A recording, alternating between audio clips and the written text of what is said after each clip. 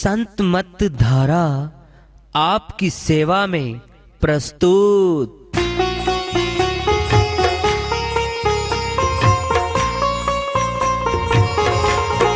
जो चाहता है प्रभु प्यारा वो आओ संत मत धारा। भक्ति भेद बता कर सारा वो कर दे भव के पारा। जो चाहता है प्रभु प्यारा वो आओ संत मत धारा। भक्ति भेद बता कर सारा वो कर दे भव के पारा। जो चाहता है प्रभु प्यारा।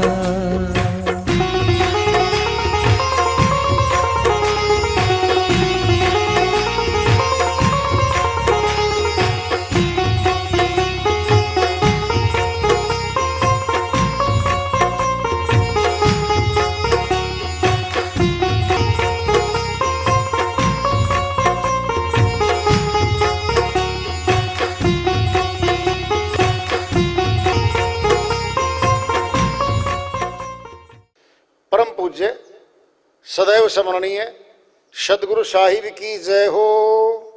सतनाम साहिब। आदरणीय सर्व संतों की जय हो।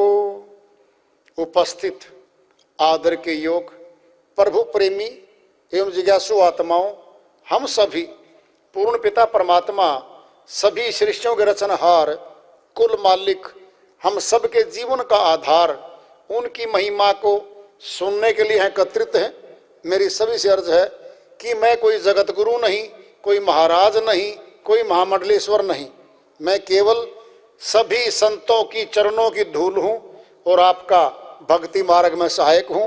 मैं अपनी सीधी साधी टूटी फूटी भाषा में, संदुकड़ी भाषा में भक्ति भेद के गूढ़ रहस्यों को उजागर करने वाले विचार आपके समक्ष रख रहा हूँ। यदि अच्छे लगे अपनाएं, नहीं तो गैर जरूरी समझकर विसार दें। हाँ, सत्संग एकमात्र प्रभु प्राप्ति का विद्यालय है, विश्वविद्यालय है ये। और हम सभी सत्संग में आए हुए हैं। हम जिज्ञासु तभी तो आए हैं। हम पिछले सत्संगों से वार्ता करते चले आ रहे हैं कि चेतावनी से प्रभु प्राप्ति की ओर। इस अध्याय को, इस वार्ता को आज फिर आगे बढ़ा रहे हैं। जिनको मिल गया नाम नामी दूर नहीं, बिना नाम के मालिक हुजूर नहीं। साहिब की श्रीवाणी में आया हुआ है, जिनको मिल गया नाम नामी दूर नहीं। नामी मैंने मालिक, जिसको किसी के नाम का पता लग गया उस शहर में कि फला आदमी से मिलना है, ढूंढ लेगा। नाम पूछता पूछता पूछता पूछता चला जाएगा, यानी नामी को प्राप्त कर लेगा। यह नामी कौन है? परमात्मा साहिब। जिनको मिल गया नाम नामी दूर नहीं, फिर तो मिलेगा उसको। तो बिना नाम के, शर्त रख रहे हैं, बिना नाम के मालिक हुजूर नहीं, मालिक नहीं मिल सकता। बिना परमात्मा का नाम जाने मालिक नहीं मिल सकता, ये शर्त रख दी है। नाम रूप दो अकथ कहानी, समुझत बने न जाए बखानी। श्रोमणी गोस्वामी जी महाराज श्री रामचरितमानस में इसी बात का और अच्छे से खुलासा कर रहे हैं। जिसका जगत में नाम है वह वस्तु है और उसका रूप भी है। नाम रूप, नाम भी है परमात्मा का, उसका रूप भी है। नाम रूप दो अकथ कहानी, एकथ, जो कथने में नहीं आ सकती। अनंत है वो, बखान नहीं कर सकता कोई उसको। अकथ कहानी समुझत बने, समझने से बनेगी बात। उसको समझना पड़ेगा, जानना पड़ेगा। न जाए बखानी भाषा में वह नाम नहीं आता, वह तो भाषातीत है।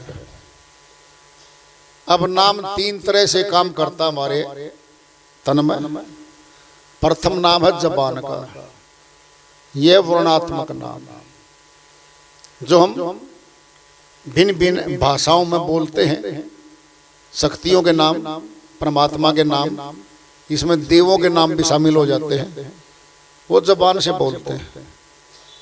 वह नाम है वर्णात्मक, बोले जाने वाले नाम।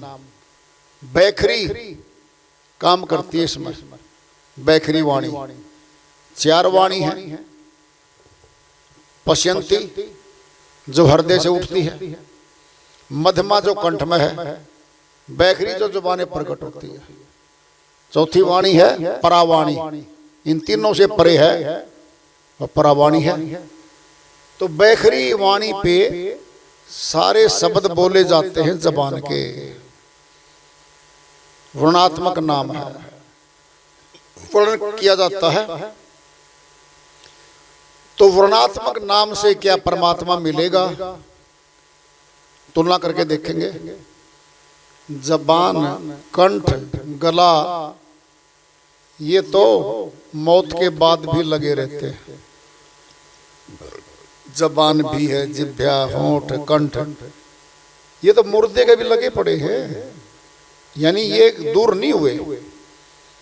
अगर हम मान लें जबान के नाम को परमात्मा का नाम मान लें, तो फिर मुर्दे का भी तो कंठ लगा हुआ है, जबान लगी हुई है, होंठ लगे हुए हैं। फिर ये नाम तो आत्मा का नहीं हुआ, परमात्मा का तो नहीं हुआ, वो तो अति सूक्ष्म है। जब अति सूक्ष्म है तो सूक्ष्म में ही मिलेगा वो। इस पे ले लो पहले तो वर्णात्मक नाम।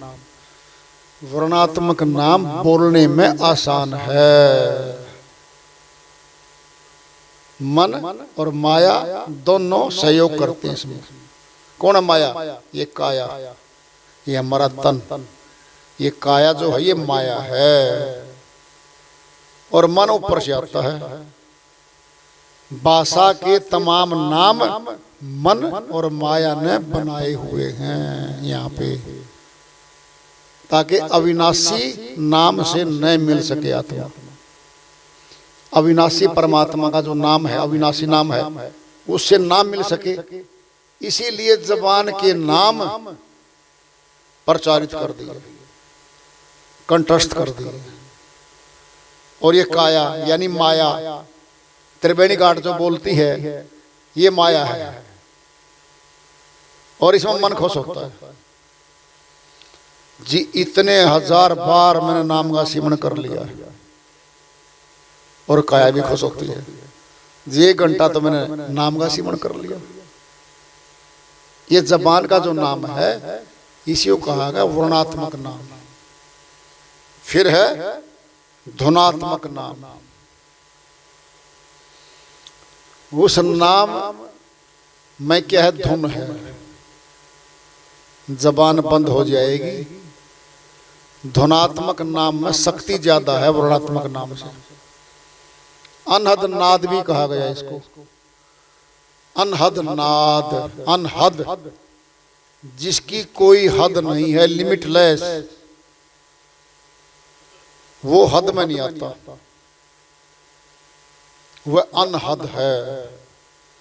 और नाद है वो full of sound, full of sound. इसमें पूरी धुन भरी हुई है। ये जबान से उतर जाएगा,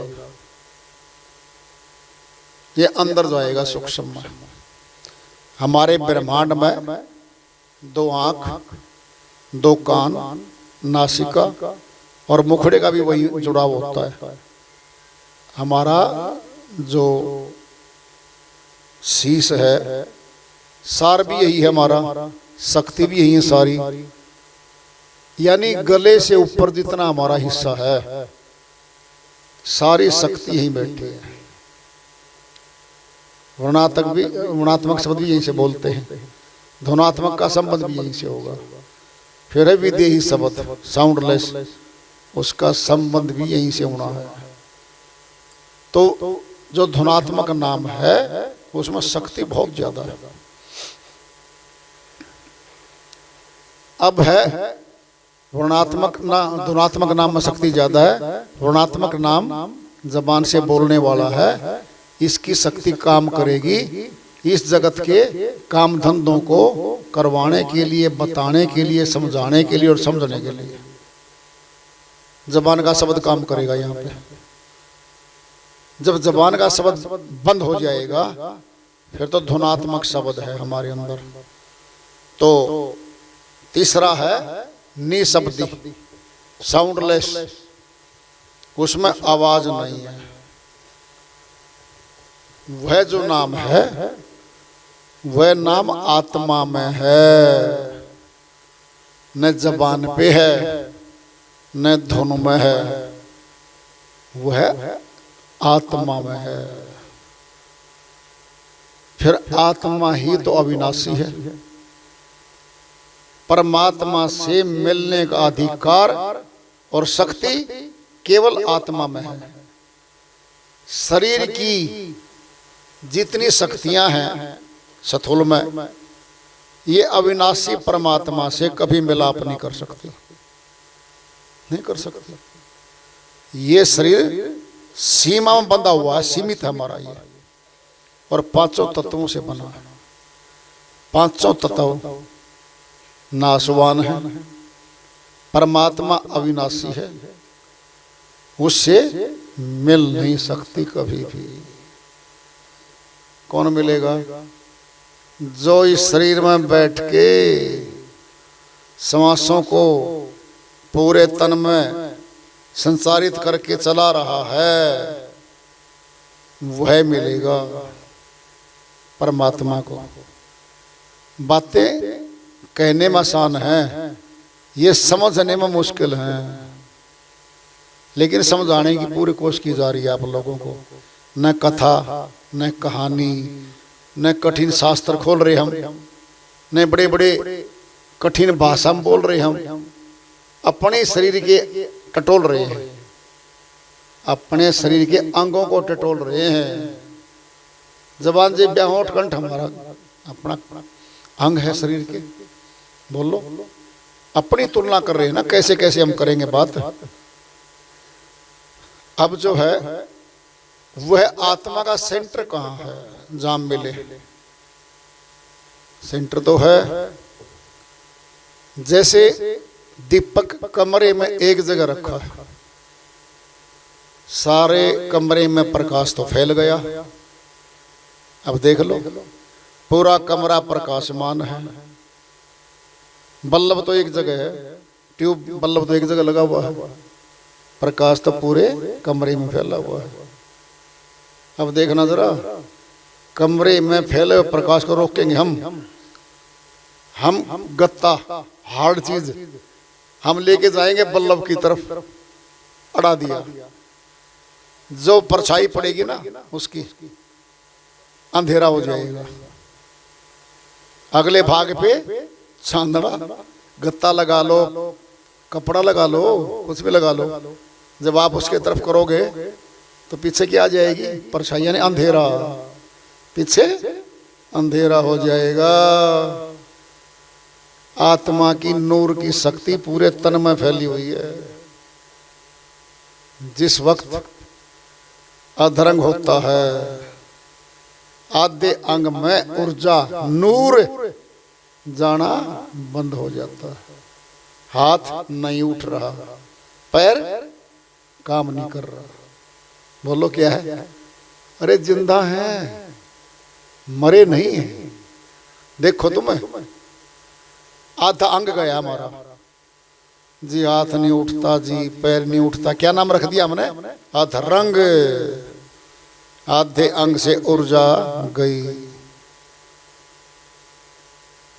जब ऊर्जा नहीं जाएगी क्या हो जाएगा? ऊर्जाहीन। अभी जिंदा है हम, दोबारा सुन लो, ध्यान से अच्छे सुन लो। यानी प्रकाश की गति, जो नूर की गति थी, वह जानी बंद हो गई। और कभी देखा होगा ना आपने, निकट से देखो, पैर सूखना शुरू हो जाता है, एक हाथ पतला पड़ने लगता है, दूसरे हाथ की तुलना में हाथ पतला पड़ता है, पैर भी पतला पड़ने लगता है। क्या हो रहा है? उस हिस्से में ऊर्जा नहीं जा रही है। क्या हो रहा है? अंधेरा। एक हिस्से में तो प्रकाश है। दोबारा सुन लो, जो पैर और हाथ हमारा काम नहीं कर रहा है, उसकी गर्मी जाने लग रही है, गर्मी समाप्त हो रही है, ठंडा हो रहा है। वो क्या कहते हैं? ये पैर तो गर्म है, ये ठंडा है। ठंडा क्या अर्थ हुआ? ऊर्जा जानी बंद हो चुकी है। ठंडा भी पड़ेगा, सूखना भी, और छोटा भी हो जाता। कभी देखा हो आपने? श्रिंक हो जाता है, सिकुड़ना कह लो आप उसको, सिकुड़ भी जाता है। जबकि दीपक तो है, एक साइड में चद्दर से अड़ा दी, लगा दी, उधर तो अंधकार हो गया, और दूसरी साइड तो चद्दर नहीं अड़ा रखी। यानी प्रकाश चल रहा है, आधे कमरे में प्रकाश है, आधे में अंधेरा हो लिया। फिर यही तो हो रखा है हमारे तन में, यही तो है। मस्तक में आज्ञा चक्कर में नाम रख रखे संतों ने। छठे चक्कर पे आत्मलोक है, नाम है सूर्त लोक। कंठ में कौन है? विद्या माया, प्रकृति देवी का कंठ में इसका वास है। अब देखना, बीच में लेंगे इसको। आत्मा का वास कहाँ है? मस्तक में। और सातवें चक्कर पर मन का वास है। ये शून्य लोक है। ऊपर मन बैठ गया, बीच में आत्मा, छठे चक्कर, पांचवें पे आ गई माया। कंठ से आएंगे हम, माया के सारे शब्द पकड़ेंगे इसको। निकलना चाहेगी ये शून्य लोक में, सातवें चक्कर पर मन बैठा है। यही निरंजन लोक है। इसका नाम है, संतों की भाषा में नहीं पता हो, सातवें चक्कर पर सहस्त्र सार चक्र है। 1000 हाथ, 1000 सिर दिखाए थे जब विराट रूप दिखा था श्री कृष्ण भगवान ने महाभारत के युद्ध में। 1000 शिष्य, 1000 पैर, 1000 हाथ वहां दिखाए गए थे। और कहा था, अर्जुन ये रूप आज तक मैंने किसी को नहीं दिखाया तेरे अलावा। बात भी सच्ची है। क्यों? सुन लो क्यों। इस रूप को न श्री रामचरितमानस में बखान कर रखा, न वेदों में है, किसी भी सनातन के ग्रंथ में नहीं है। सहस्त्र बाहु, सहस्त्र भुजा कहाँ लिखा है? कहीं भी नहीं है। सहस्त्र शीश और मुखड़े दिखाए गए हैं। पूरी रचना और वो परले घुमा रखी, इसी के बीच को घुमा रखी है।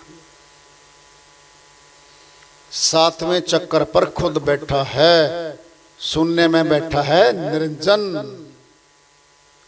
काल पुरुष बैठा है यहाँ पे।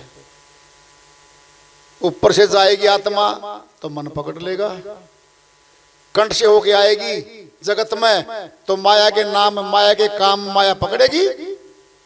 हाँ जी, चलो बाजार, सामने बाजार है, आवाज साथ हमारी है, धर्मपत्नी थैला उठाएगी, चलो बाजार। जो भी बोलोगे ना बैखरी बाणी में, ये मुखड़े से, ये सारे शब्द माया के हैं।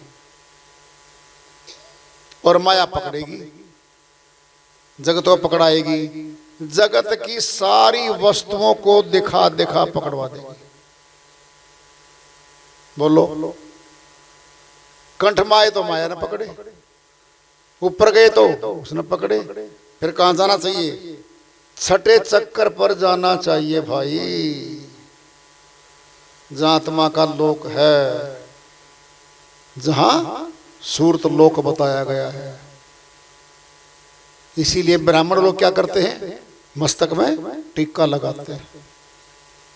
साधु लोग भभूत लगाते हैं, चंदन भी लगाते हैं मस्तक में।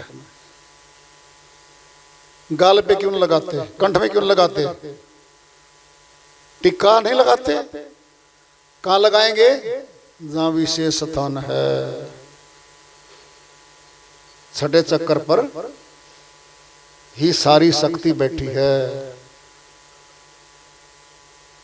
वो जो निशब्दी है ना, साउंडलेस, वह भी वही है नाम।